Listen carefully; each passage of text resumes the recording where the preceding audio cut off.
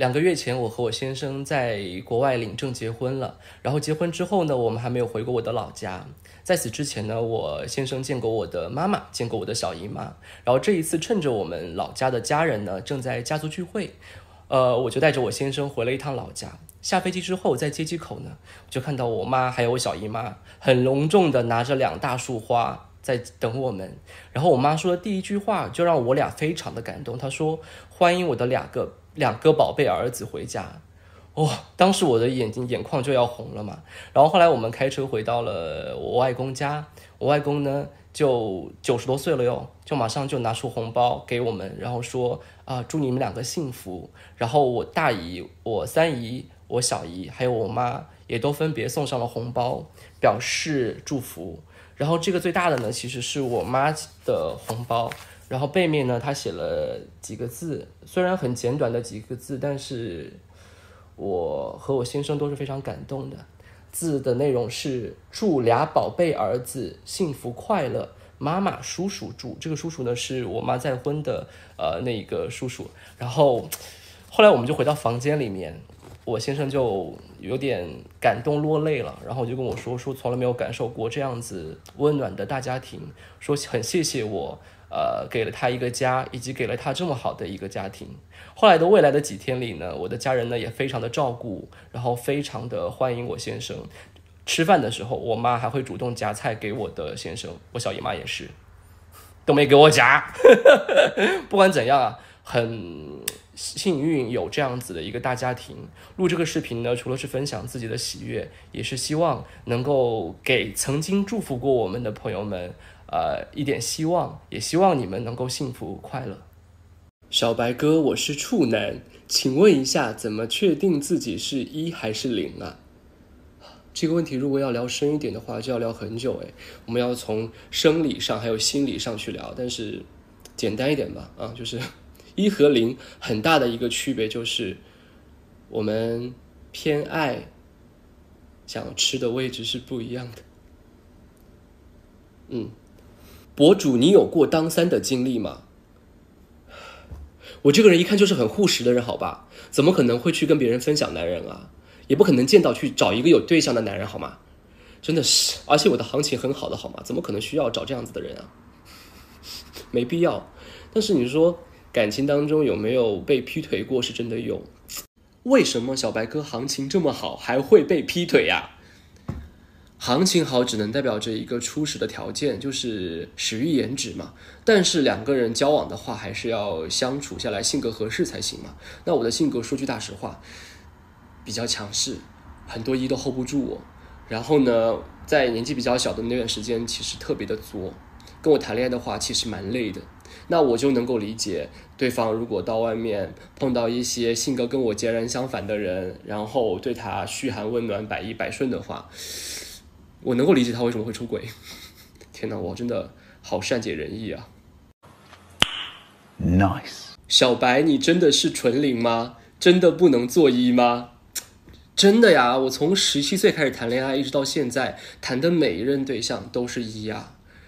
当然有一任是据说跟我分手之后吧，就他谈的每一任对象都是1了。怎么样，是跟我在一起之后做1做到麻木了是吗？再也无法做1了是吗？然后至于能不能做1，就我不想啊，我觉得我骨子里还是喜欢比较 man 的人嘛。然后呢，我也有试过，但是我无法从中体会到任何的乐趣。世界关于出柜之后家里人的转变能有多大，我觉得我超有发言权的。在出柜之前，我妈跟我说过这样子的一句话，她说：儿子啊，最近虽然我们买了一套新的房子，但是呢，妈妈这辈子最大的愿望就是可以住上有大花园的大别墅。儿子啊，你要好好努力呀。然后结果呢，我出柜之后的1年多的时间，我妈又跟我说了以下的这段话，她说：儿子啊，妈妈这辈子最大的愿望仍然是想要住上有大花园的大别墅，但是感觉你最近的事业上没有什么太大进步诶，要不你可以找一个对你好的有钱人呢？亲妈。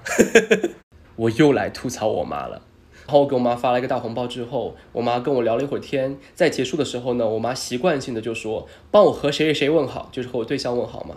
然后她说好不容易找到一个这么照顾你、这么宠你的男人，你要好好珍惜哦。我就细想了一下，为什么我妈会有这样子的一个说法？明明在生活当中我也很照顾我对象啊。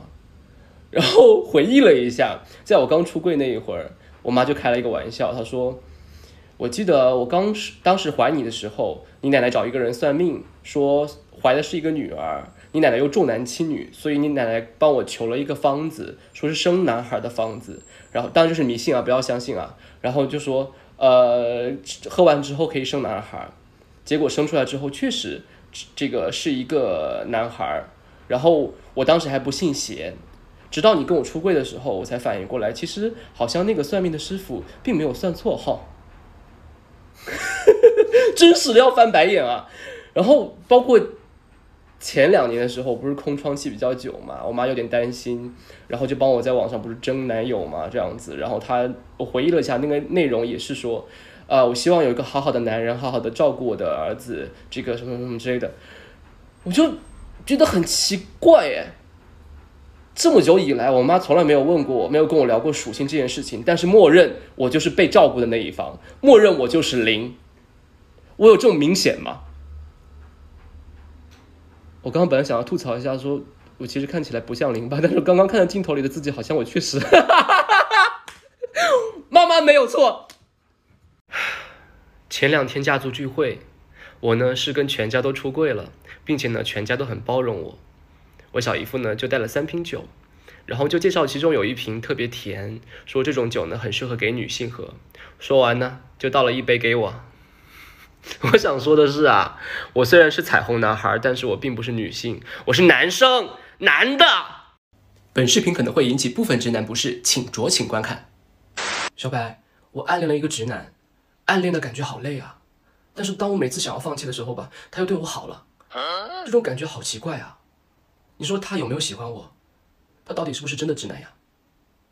今天让我们来聊聊直男对彩虹男孩的小把戏。刚才的问题呢，我们得从女生的方面开始解答。其实大部分女生从小受到的教育啊，都是和男生保持一定的距离。在男女关系的初期，女生也是比较被动的，除非这个男生在某些方面格外的优秀，不然的话，女生是会很少主动出击的。那么就导致一些比较一般的男生在女生那儿是得不到他们想要的存在感和崇拜感的。所以当这一类直男身边出现喜欢他的彩虹男孩的时候，就弥补了他在女生那儿得不到的存在感和崇拜感。所以不要以为直男不知道你在喜欢他，他只是在装傻罢了。这也导致如果这个直男发现喜欢他的彩虹男孩正在打退堂鼓的时候，就会表示一下关心，把你给拉回来。所以啊，不要再自作多情了，这都是直男的小把戏罢了。记住啊，真的直男掰不弯。